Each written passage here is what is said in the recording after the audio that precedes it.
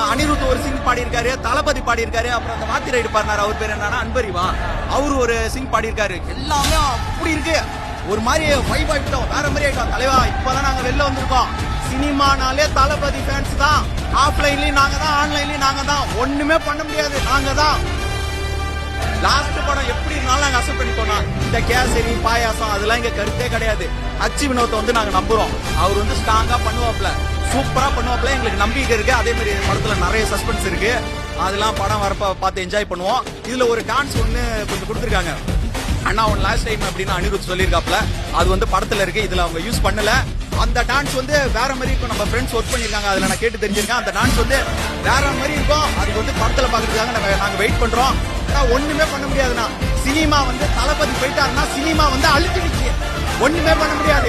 சினிமானாலும் தளபதி தான், அரசியல்னாலும் தளபதி மட்டும்தான். ஒண்ணுமே பண்ண முடியாது. தளபதி மட்டும்தான் தமிழ்நாடு.